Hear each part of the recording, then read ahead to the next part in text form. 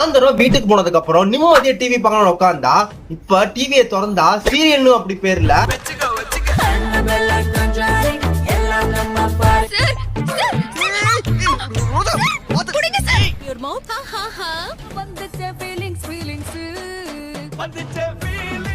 இப்படி ஓடிக்கிட்டு இருக்கு.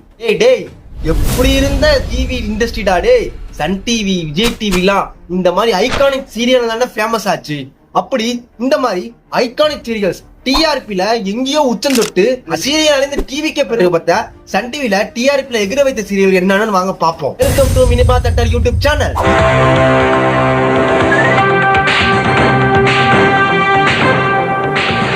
நீங்கள் பார்த்துக் கொண்டிருப்பது சன் டிவியின் தமிழ் மாலை.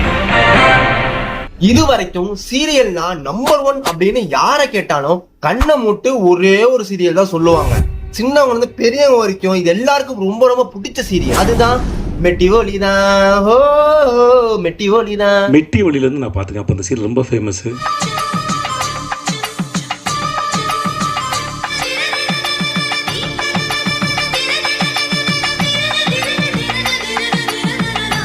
பிரம்மாண்ட செட்லாம் இல்லைங்க. இப்ப வர சீரியல் மாதிரி ஓவர் மேக்கப்லாம் இல்லைங்க.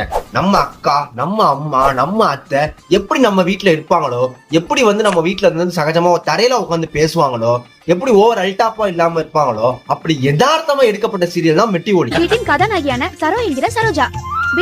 சீரியலோட வெற்றியுமே எல்லாருமே தான் வீட்டுல ஒரு ஸ்டோரி நடக்குது கனெக்ட் பண்ணி பார்த்தாங்க. சன் டிவில தினமும் நைட்டு 9 மணிக்கு ஒளிபரப்பு ஆச்சு. 2002ல இருந்து 2005 வரைக்கும் கிட்டத்தட்ட 750 எபிசோடு கிட்ட ஒளிபரப்பு ஆயிருக்கு. எனக்கு இந்த சீரியல் ஃபர்ஸ்ட் டைம் டெலிகாஸ்ட் ஆகும்போது 3 வயசு 4 வயசு இந்த மாதிரி தான். ஆனா எல்லாரும் ஒரு படத்தை 4 தடவை 5 தடவை பார்ப்பாங்க. நான் இது வரைக்கும் மெட்டி ஒலியை 4 தடவை நான் பாத்திருக்கேன்னு சொன்ன நம்புவீங்களா?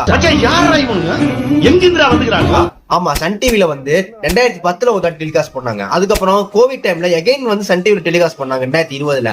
ஆனா சைமல்டேனியஸா 3 டிவில டெலிகாஸ்ட் பண்ணாங்க. இப்ப எகைன் 3 டிவில காலையில 11 மணிக்கு டெலிகாஸ்ட் பண்ணிட்டு இருக்காங்க. சீரியல் எல்லாம் விடுங்க, இந்த பாட்டுக்கு நாங்க அந்த காலத்துல போட்டுக்கிட்டு ஆடுவோம் பாருங்க.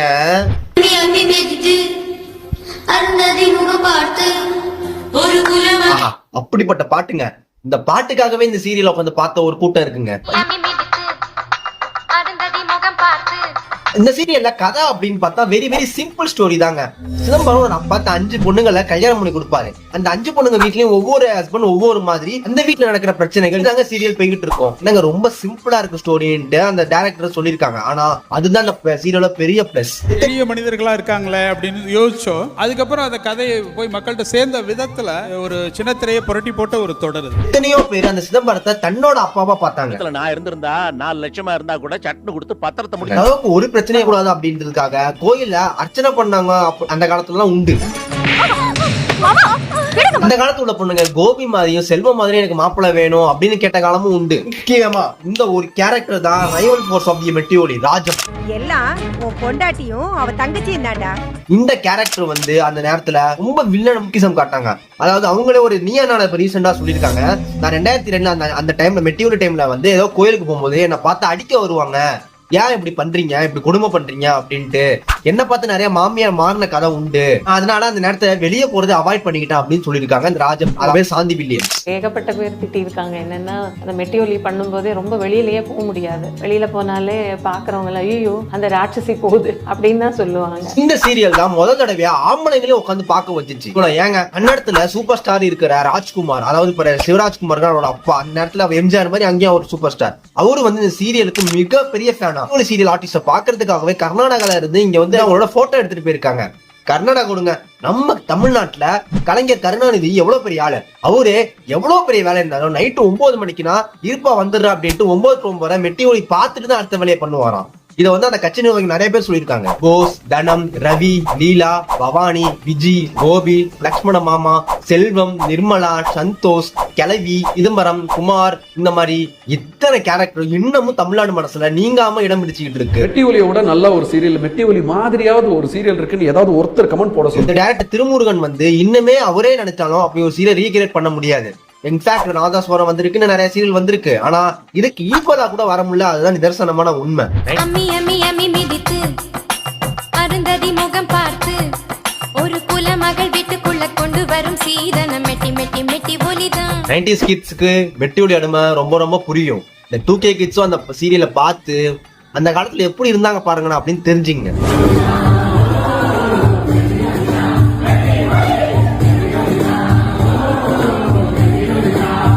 அப்போதாங்க பாய் பெஸ்டி கேர்ள் பெஸ்டி இப்படின்னு போயிட்டு இருக்கு 2K கிட்ஸ். ஆனா 2005-6 டைம்லயே பாய் பெஸ்டி கேர்ள் பெஸ்டி மையமா வச்சு ஒரு சீரியல் வந்திருக்கு. அது வந்து லவ்வா போமா எவ்வளவு உயர்வானது அப்படின்னு சொல்லியிருக்கு. அதுதான் கோலங்கள் கோலங்கள்.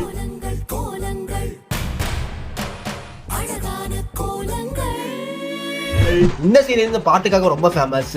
அழகான கோலங்கள் அப்படின்ட்டு டிமான் வந்து இதுக்கு வந்து மியூசிக் பண்ணி அந்த நேரத்துல தந்திருப்பாரு. அந்த நேரத்துல ரொம்பவே இந்த பாட்டு ஃபேமஸ். இதுவும் சிம்பிளான ஸ்டோரி தான். அபி தோல்சி 2 பேரும் கன்ஸ்ட்ரக்ஷன் கம்பெனி ஆரம்பிப்பாங்க. அதுக்கு ஆப்போசிட்டா வந்து ஆதி அப்படிங்கிறவர் வந்து அவங்களுக்கு இடைஞ்சல் கொடுப்பாரு. இதுக்கு இடையில அபிக்கு வந்து டைவர்ஸ் ஆன புருஷன், இந்த மாதிரி அவங்க ஃபேமிலி பேக்ரவுண்ட், ஆதிக்கு ஃபேமிலி பேக்ரவுண்ட், 2 பேரும் உண்மையில பார்த்தா அக்கா தம்பி அப்படின்னு ரொம்ப இன்ட்ரெஸ்டிங்கா கதை போயிட்டு இருக்கு. என்னோட இந்த ஜென்மம், இந்த பிறவி, உங்களோட உயிர் மட்டும்தான் எனக்கு லட்சியம். 2003ல இருந்து 2009 வரைக்கும் கிட்டத்தட்ட 1700 எபிசோடு கிட்ட ஓடி மிகப்பெரிய சாதனை படிச்சது கோலங்கள். ஆஃப்டர் மெட்டி ஒலி டிஆர்பில நம்பர் 1 பிடிச்சது. இது முடிய வரைக்குமே டிஆர்பி நம்பர் 1 தான் இருந்தது. நீங்க நம்ப மாட்டீங்க, இப்போ வந்து இப்போ வர சீரியல்ஸ் மேக்ஸிமம் 12.11 அந்த டிவிஆர் பாயிண்ட்ஸ் தான் வாங்கியிருக்கோம். ஆனா அந்த மெட்டி ஒலி கோலங்கள்லாம் அப்ப இந்த டேரக்ட் சொல்லி 40-45 டிவிஆர் வாங்கிட்டு இருக்கோம். இதெல்லாம் சாதாரண விஷயம் இல்ல. டிவி இண்டஸ்ட்ரியிலேயே இது வந்து ஒரு ரெவால்வேஷன் தான் சொல்லலாம். முக்கியமா இந்த சீரியல் எதுக்கு ரொம்ப ஃபேமஸ்னா கார்ப்பரேட் வில்லன் ஆதி. இப்போதான் கார்ப்பரேட் வில்லன் ஹெலிகாப்டர்ல வந்து இறங்கினாங்க போட்டு போட்டு. ஆனா அந்த காலத்துல ஒரு சீரியல்ல கார்ப்பரேட் வில்லன்னா இவன் தான், கார்ப்பரேட் இலக்கணம் இதுதான் அப்படின்ட்டு ஆதி அப்படிங்கிற அஜய் கபூர் அவரும் நடிச்சிருப்பாரு. அவருடைய ஆக்டிங் பார்த்துட்டு கேவி ஏற்படத்துக்கு வில்லனை நடிக்க கூப்பிட்டாங்க. அந்த நேரத்துல கோலங்கள் ரொம்ப பிஸியா போனதுனால அவரு வாய்ஸ் டப்பிங் மட்டும் கொடுத்திருப்பாரு. அந்த வாய்ஸ்னால தான் அந்த வில்லனுக்கு அயன் படம் வில்லனுக்கு ஒரு பவர். லட்ல வைக்கலடா, நட்டுல வச்சிருக்கேன். இந்த சீரியல்ல என்ன நிறைய விமர்சனம் வந்திருக்கு. ஆரம்பம் முடியாது, ரொம்ப இழுக்கிறாங்க சீரியல, எவ்வளவு வருஷம் ஓடிக்கிட்டே இருக்கு அப்படின்னு மெகா சீரியல் அப்படின்னு கிண்டல் பண்ண ஆரம்பிச்சாங்க. இல்லதான் அதே மாதிரி இன்னொரு லேடிஸ் இந்த சீரியல் டைவர்ஸ் பண்ணுவாங்க. இந்த டைவர்ஸ் நீங்க வந்து என்கரேஜ் பண்றீங்களா அப்படின்னு அந்த பிரச்சனையும் அந்த நேரத்துல வந்திருக்கு. நிறைய பேர் இந்த டைரக்டர் இந்த சீரியல் நிறுத்துங்க அப்படின்னு மிரட்டல்களும் வந்திருக்கு. முக்கியமா இப்போ ரீசன்ட் டைம்ஸ்ல இன்ஸ்டாகிராம் ட்ரெண்ட் ஆன தில்லா அப்படின்னு ஒரு ஐகானிக் காம்போ இந்த சீரியல்லாம் வரும். அவங்க 2 பேர் பண்ணி காம்போல அவ்வளவு அல்டிமேட்டா இருக்கும். இது யார் தைத்த சட்டை? தைத்த சட்டை எங்க சொல்.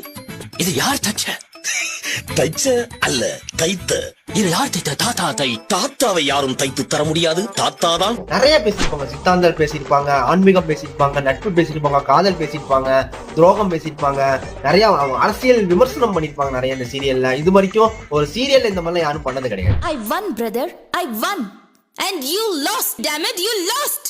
அபி, ஆர்த்தி, ஆனந்தி, மனோகர், கற்பகம், ஆதி, உஷா, முக்கியமா தோழர், தில்லா இப்படின்ட்டு இன்னமும் மக்கள் மனசுல நீங்காம இந்த கேரக்டர்ஸ் எல்லாம் இருக்கு. இப்பவும் கலைஞர் டிவில காலையில 10 மணிக்கு ரீடெலிகாஸ்ட் பண்ணிட்டு இருக்காங்க. அதெல்லாம் ஒரு பொற்காலம் ஃபார் 90s கிட்ஸ்.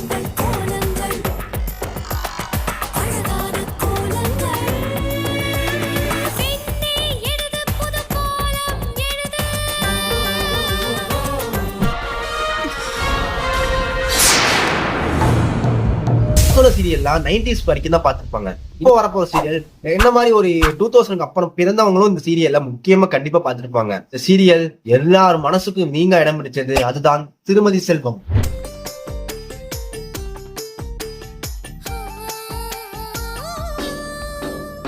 டிவில நைட் 8 மணிக்கு ஒளிபரப்பானது.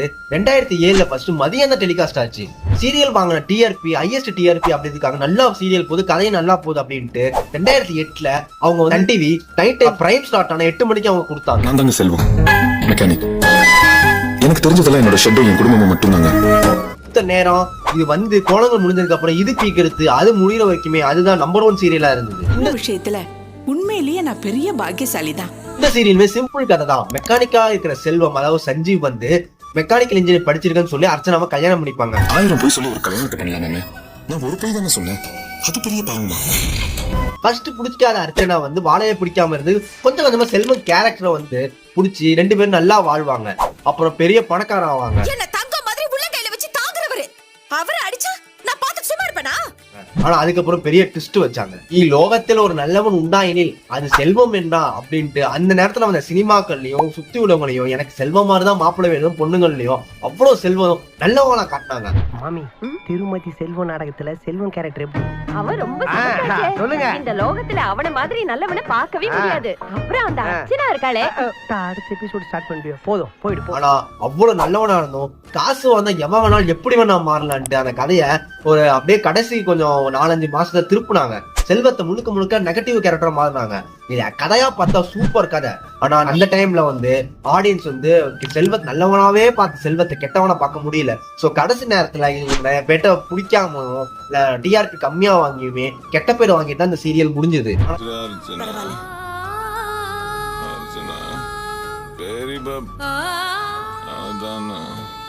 ஆனா இந்த சீரியல்ல மிகப்பெரிய சொல்லு காசு வந்தாலும் நல்லவனு கெட்டவன் மாறுவான் அப்படின்ட்டு. முக்கியமா இந்த சீரியலோட கிளைமேக்ஸ் எந்த சீரியலுமே வராது. அந்த ரோட்ல உட்காந்துக்கிட்டு நாளை நமதே ஒரு பாட்டு வரும். அதை சஞ்சீவ் கொடுத்த ரியாக்ஷன் அதெல்லாம் அல்டிமேட்டா இருக்கும்.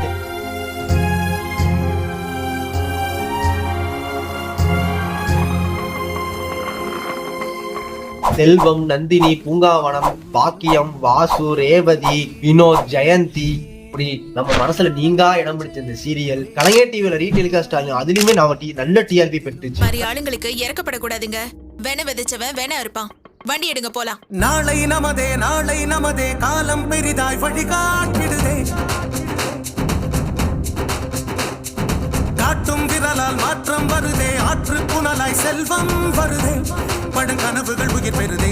கொட்டிய வியர்வை துளிகள் மரமாய் எழுதே. திட்டிய உறவுகள் விழிய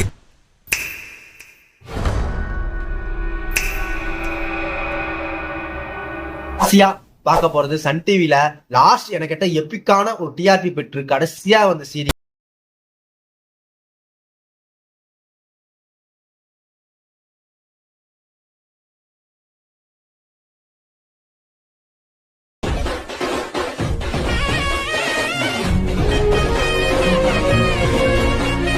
இந்த சீரியல் வந்து 2013 இருந்து 2018 வரைக்கும் ஒளிபரப்பாச்சு. எல்லாரும் பொண்ணு பிறந்துட்டா செலவு வந்து பிறந்துருச்சுன்னு நினைப்பாங்க. நான் அப்படி இல்லைங்க. மகாலட்சுமி மகளா வந்து பிறந்தான்னு நினைச்சேன். இவதான் என் முத பொண்ணு சத்யபிரியா. அந்நியாரே சௌக்கியமா அப்படின்னு பிரகாஷ் சொல்றதும் பிரகாசத்தை சத்யாவை பழிவாங்க போற அந்நியாரும் இந்த அந்நியார் காயத்ரி நடிச்சவங்க தான் இந்த சீரியலுக்கான டிரைவல் ஃபோர்ஸ். அவனால என்ன ஜெயிக்கவே முடியாது. என்ன அந்நியாரே எதை ஜெயிக்க முடியாது?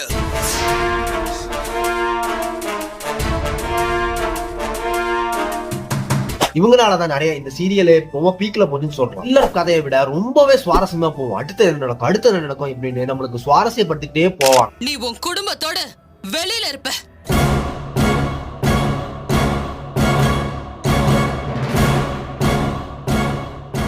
சத்யா கேரக்டர் வாணி போஜன் இன்னைக்கு சினிமால பெரிய ஆர்டிஸ்டா இருக்காங்க. ஆனா அதுக்கு விதை போட்டது இந்த தெய்வ மகள் தான். இதுவுமே இந்த சீரியல் ஃபார்மேட்ல வந்த சீரியல் தான். ஆனா அதுலயுமே கொஞ்சம் எதார்த்தம். நைட் டைம்ல வந்து அவன் மேக்கப்ல இல்லாம வீட்டுல எப்படி இருப்பாங்க நைட்டி போட்டுக்கிட்டு அந்த மாதிரி தான் இந்த வீட்டுல இந்த சீரியல்ல வர லேடிஸ் இருப்பாங்க. அவன் ஏன் உனக்கு 1.25 கோடி தரணும்? கேவலம் நடத்த கெட்டவதானே. என்னடா ஒழுங்கு மரியாதையா சத்யா கிட்ட மன்னிப்பு கேளுங்க. என்ன மன்னிப்பு கேட்கணுமா? நான் எதுக்கு கேட்கணும்? முக்கியமா இந்த சீரியல்ல காமெடி மூர்த்தி அப்படிங்கிற கேரக்டர் பண்ற காமெடி அல்டிமேட்டா இருக்கும். பழங்காமலிகளுக்கு சவால் விடுற மாதிரி இந்த சீரியல் காமெடி.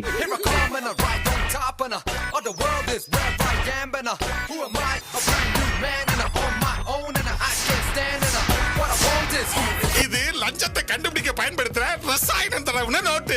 இத நாங்க போலீஸ் கிட்ட இருந்து அடிச்சிட்டு வந்தோம். இப்ப போலீஸ் எங்களை தேடிட்டு வந்திருக்கு. அப்படி டிஆர்பில வெளுத்து வாங்கின சன் டிவி இன்னைக்கு 10 பாயிண்ட் ஒரு சீரியல் வாங்குறதுக்கே ரொம்ப ரொம்ப முக்குது. இதான் நிதர்சனமான உண்மை. ஏன்னா இப்போ உள்ள சீரியல்ல வந்து ஃபுட்டேஜுக்காக தான் எடுக்கிறாங்க. அப்புறம் வந்து ஓவர் மேக்கப் போட்டுக்கிட்டு அவங்க அழகா காட்டுறத எடுக்கிறாங்க. நம்ம கதைக்கு திரைக்கதைக்கு இம்பார்ட்டன்ஸ் கொடுக்க இருக்கிறது இல்லை. நினைக்கிறது எங்க நடக்குது? நேத்து வந்தவ தானே அல்லி ராணியா வல வர்றா. நான் சொன்ன இந்த சீரியல்ல முக்கியமா வந்து காமன் பாயிண்ட் இருக்குது. இந்த சீரியலோட வில்லன்கள் வந்து அவ்வளவு ஸ்ட்ராங். அந்த சீரியல் வில்லன்கால தான் இப்போ இவ்வளவு பெரிய ஃபேமஸ் ஆச்சு இந்த சீரியல் தான். என்ன பாக்குற? லேசா சறுக்குனா விழுந்துட்டேன்னு நினைப்பா? ஓ dear son TV, Vijay TV இந்த சீரியல்ல ஒரு எக்ஸாம்பிள் வச்சுட்டு திரும்பி யதார்த்தமா இந்த மாதிரி ஒரு சீரியல் எடுக்கணும் அப்படின்னு நான் கேட்டுக்கிறேன். உங்க மனசுக்கு நான் சொன்ன சீரியல் இன்னும் வேற சீரியல் ரொம்ப வேற லெவல் இருக்கும். அரசி, செல்லமே, தங்கம், தென்றல், இப்படி நிறைய சீரியல்ஸ் இருக்கு. நம்ம பார்ட் 2ல பார்க்கலாம். உங்களுக்கு என்னென்ன சீரியல் அப்படின்னு கமெண்ட் பண்ணுங்க.